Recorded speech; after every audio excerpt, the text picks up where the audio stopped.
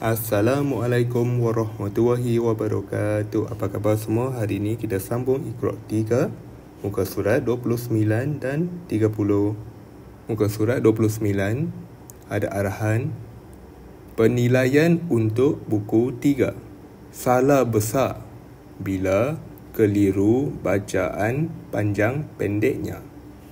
Maksud dia, kita kena baca betul. Faiza rokibu utiya kitabahu biyaminihi fayakulu ilahahu hawahu wala yakadu yusiruhu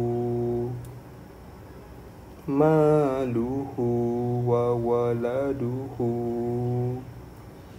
wa fumiha wa adasiha wa basoliha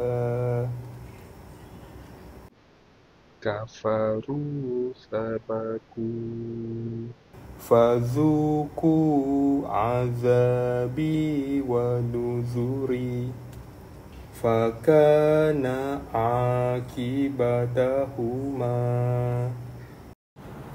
fiha managhi'u wa masyaribu wa baraka fiha khofa maqami wa khofa wa'idi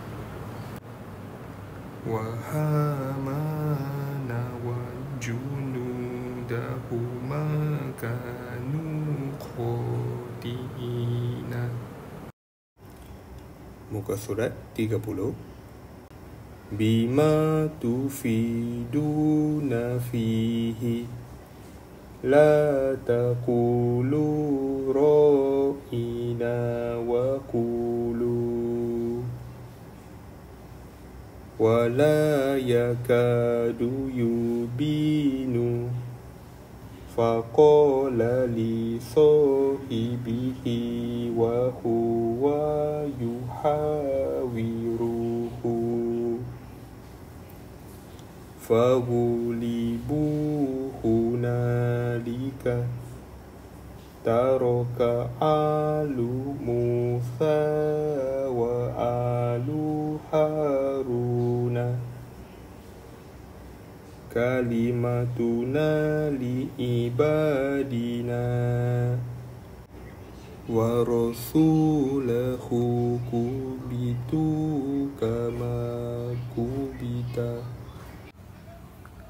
kanu lana abidina yuqatiluna fi sabilihi lahu birasikina